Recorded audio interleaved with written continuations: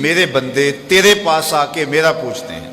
اگر آپ کی توجہ ہو، وَإِذَا سَأَلَكَ عِبَادِي عَنِّي فَإِنِّي قَرِيبٌ، بندے میرے ہیں، آتے تیرے پاس ہیں، پوچھتے پھر میرا ہیں.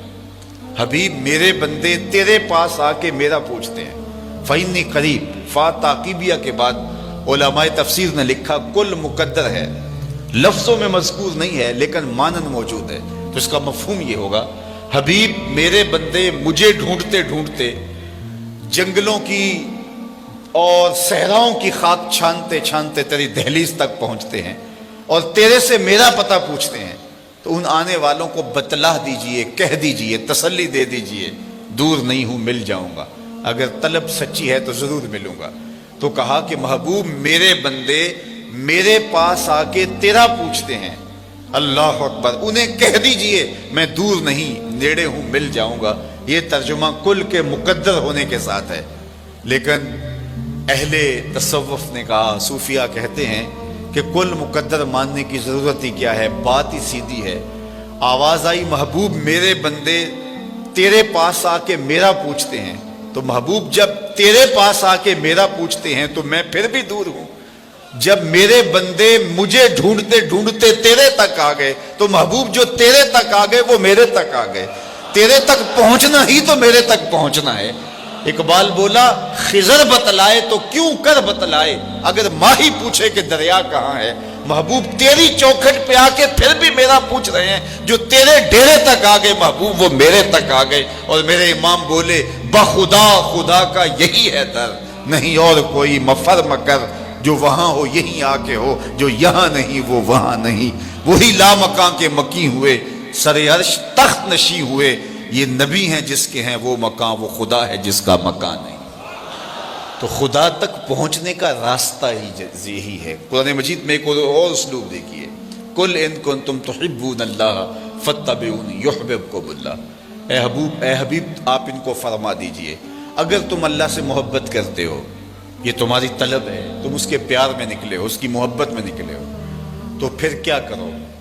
ساری زندگی لگے رہو گے، خدا کی قربت تمہیں نصیب نہیں ہو سکتی. خدت کی گتھیاں سلجھا لو لیکن صاحب جنون نہیں بن سکتے جب تک یہ چوکھٹ تمہیں نصیب نہیں ہوتی.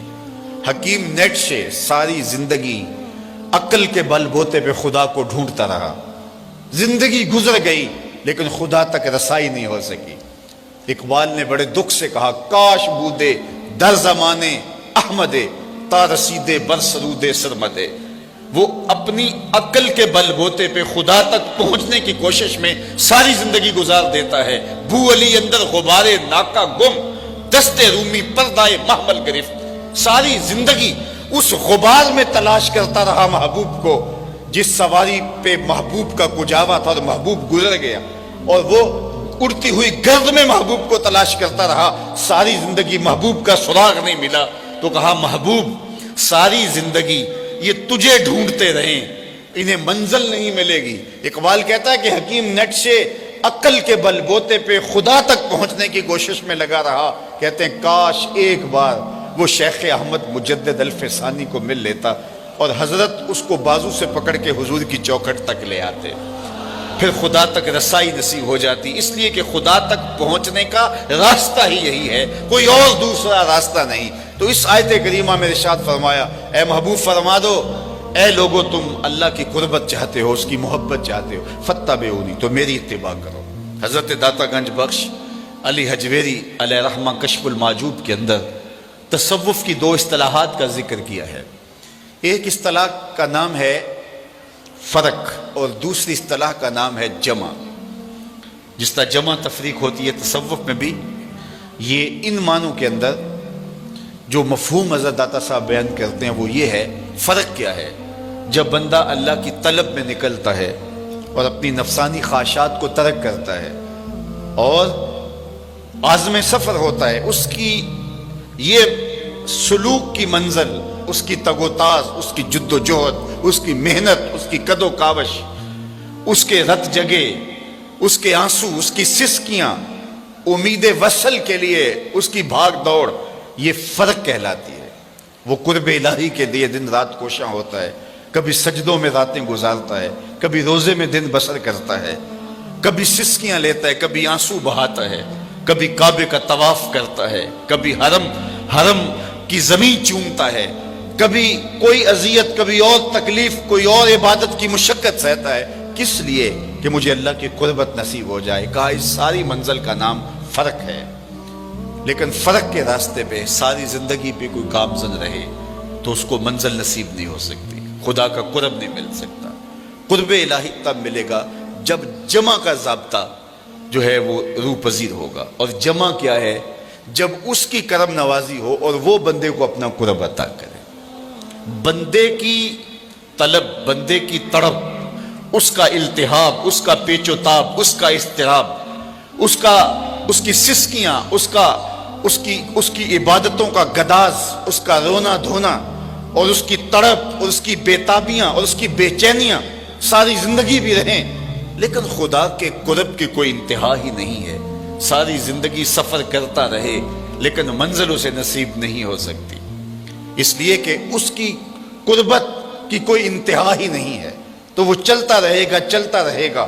وہ کیا کسی نے کہا تھا کہ نہ سفر بشرط معال ہے، نہ طلب بقید سوال ہے، فقط ایک سیر یہ ذوق کو میں بھٹک رہا ہوں کہاں کہاں، میرے دل کی یہ خلوتیں کئی بار سج کے اجڑ گئیں، مجھے بارہا یہ گما ہوا تم آ رہے ہو کشاں کشاں۔ تو بندہ تڑپ، بے چینی اور اضطراب کا اظہار کرتا ہے لیکن منزل نصیب نہیں ہو سکتی۔ اس کو ایک سادہ مثال سے سمجھانا چاہوں گا۔ بہلول کا نام آپ نے سنا ہے، مشہور مجاذیب میں ہے، اور یہ وہ لوگ ہوتے ہیں کہ تجلیات کے وفور سے جن کا شیشہ عقل ٹوٹ جاتا ہے، اور دنیا انہیں پاگل کہتی ہے، دیوانہ کہتی ہے، لیکن سادی کہتے ہیں سادیا نزدیک رائے عاشقاں، خلق مجنو نندو مجنو عاقل است۔ لوگ کہتے ہیں یہ پاگل ہیں، لیکن حقیقت میں عقل والے یہی ہیں جو یار تک پہنچنے کا راستہ ڈھونڈ چکے ہیں، جو ہر وقت اس کے جلووں میں مبہوت رہتے ہیں۔ اصل تو عقل ان کے پاس ہے، شعور تو ان کے پاس ہے۔ بہرحال بہلول دجلہ کے کنارے گھومتا اور عجیب و غریب اس کی بظاہر حرکات تھی۔ ہارون الرشید ایک دن اپنے محل کی چھت پہ ٹہل رہا تھا، اس نے دیکھا کہ نیچے بہلول گزر رہا ہے، اس کے دل میں خیال آیا تو اس نے خادمین سے کہا کہ جلدی بہلول کو میرے تک پہنچاؤ۔ تو جو مامور تھے خدمت پر، انہوں نے اوپر سے نیچے کمند پھینکی، نیچے والوں کو اشارہ دیا، انہوں نے بہلول کو پکڑ کے ڈولی میں رکھا، اوپر والوں نے کھینچ لیا۔ 2 لمحوں کے بعد بہلول بادشاہ کے سامنے تھا۔ بادشاہ نے بہلول سے پوچھا مجھے ایک بات تو بتاؤ، تم خدا تک کیسے پہنچے ہو؟ مجھے یہ بات بتاؤ تم خدا تک کیسے پہنچے ہو؟ تو بہلول نے 2 لفظی جواب دیا، کہا بادشاہ جیسے آپ تک پہنچا۔ جو اللہ کے بندے ہوتے ہیں ان کی لمبی تقریریں نہیں ہوتی، بات میں سادہ و آزادہ، معانی میں دقیق۔ اقبال نے جو مرد کلندر کی نشانیاں بیان کی ہیں ان میں سے ایک نشانی بات میں سادہ و آزادہ، معانی میں دقیق۔ تو کہا کہ جیسے آپ تک پہنچا، بات تو سادہ سی تھی، لیکن ہارون رشید کہنے لگا میں سمجھ نہیں پایا۔ کہا بات تو آسان ہے، تم نہیں سمجھ پائے تو میں کیا کروں؟ کہا تشریح چاہتا ہوں۔ کہا سنو، میں خود آنا چاہتا تو درخواست لکھتا، پھر دیوان خانے میں جاتا، جمع کرواتا، کئی مہینوں کے بعد ایک پروسیس کے بعد آپ تک پہنچتی، پھر آپ کی مرضی ہوتی تو آپ اس درخواست کو قبول کرتے، نہ کرتے، قبول کرتے تو پھر اپنی مرضی کا وقت دیتے، وہ مہینوں سالوں کے بعد بھی ہو سکتا تھا۔ پھر اس وقت پہ میں پہنچتا، آپ کے کوئی ضروری مہمان آ جاتے، کسی اور سلطنت کے سفیر آ جاتے تو میری ملاقات وہیں رہ جاتی۔ تو میں چاہتا تو کئی مہینے اور کئی سال لگ جاتے، ملاقات پھر بھی آپ کی مرضی پہ موقوف تھی، اور جب آپ نے چاہا تو 2 گھڑیاں بھی نہیں لگی، جب آپ نے چاہا تو 2 لمحے بھی نہیں لگے۔ مانا کہ سفر، محبت کی سفر میں ہر گام پہ 100 مشکل ہے، لیکن یہ سفر آسان بھی ہے اگر ساتھ تمہارا ہو جائے۔ تو کہا کہ بندہ چاہے تو ساری زندگی فرق کے راستے پہ گامزن رہے لیکن منزل نصیب نہیں ہوتی، لیکن جب وہ چاہے تو جمع کا قاعدہ جب سامنے آتا ہے تو پھر 2 لمحے بھی نہیں لگتے۔ اب وہ جمع کا قاعدہ کس طرح سامنے آتا ہے تو اس آیت کریمہ میں بتایا، قل ان کنتم تحبون اللہ، اے محبوب فرما دیجئے لوگو اگر تم اللہ کی طلب میں نکلے ہو، اس سے محبت کرتے ہو، فتبعونی، تم میری اتباع کرو، تو پھر کیا ہوگا؟ تم طلب کرنے نکلے تھے، تم تلاش کرنے نکلے تھے، یحببکم اللہ، وہ رب ہو کے تم سے پیار کرنے لگ جائے گا۔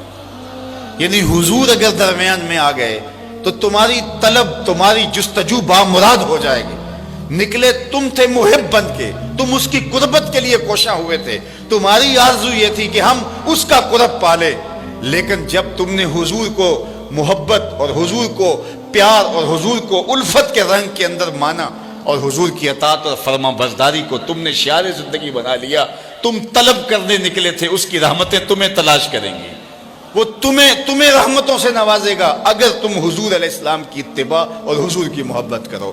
اس لیے خدا تک پہنچنے کا ایک ہی راستہ ہے اور وہ حضور کے قدموں تک پہنچنا ہے۔ اقبال کے سارے کلام کا رس نچوڑیں تو خلاصہ یہ نکلتا ہے کی محمد سے، ایسا خلاصہ یہ نکلتا ہے بمصطفیٰ برساں خیش را کے دی ہماؤست، اگر بہو نہ رسیدی تمام بولا بیست۔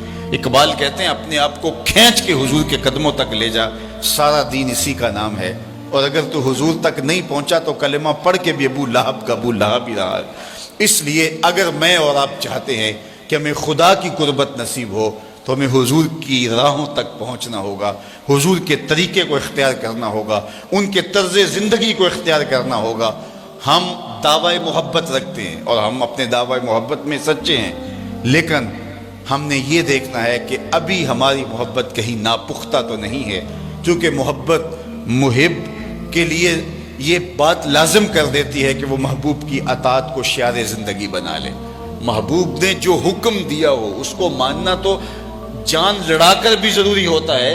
محب تو محبوب کی صرف منشا کو دیکھتا ہے کہ محبوب کی منشا کیا ہے، محبوب کا حکم وہ تو حکم ہوتا ہے، محبوب نے کہہ دیا تو پھر اپنی خواہش کیا رہ جاتی ہے؟ تیرے ہندیاں سندیاں محبوبہ میں کافر ہوواں جے میں ہواں، جب محبوب نے کہہ دیا تو پھر تو کوئی بات ہی نہ رہی۔ اصل جو محب ہوتا ہے وہ محبوب کے حکم کا انتظار نہیں کرتا، محبوب کی منشا دیکھتا ہے کہ محبوب کی منشا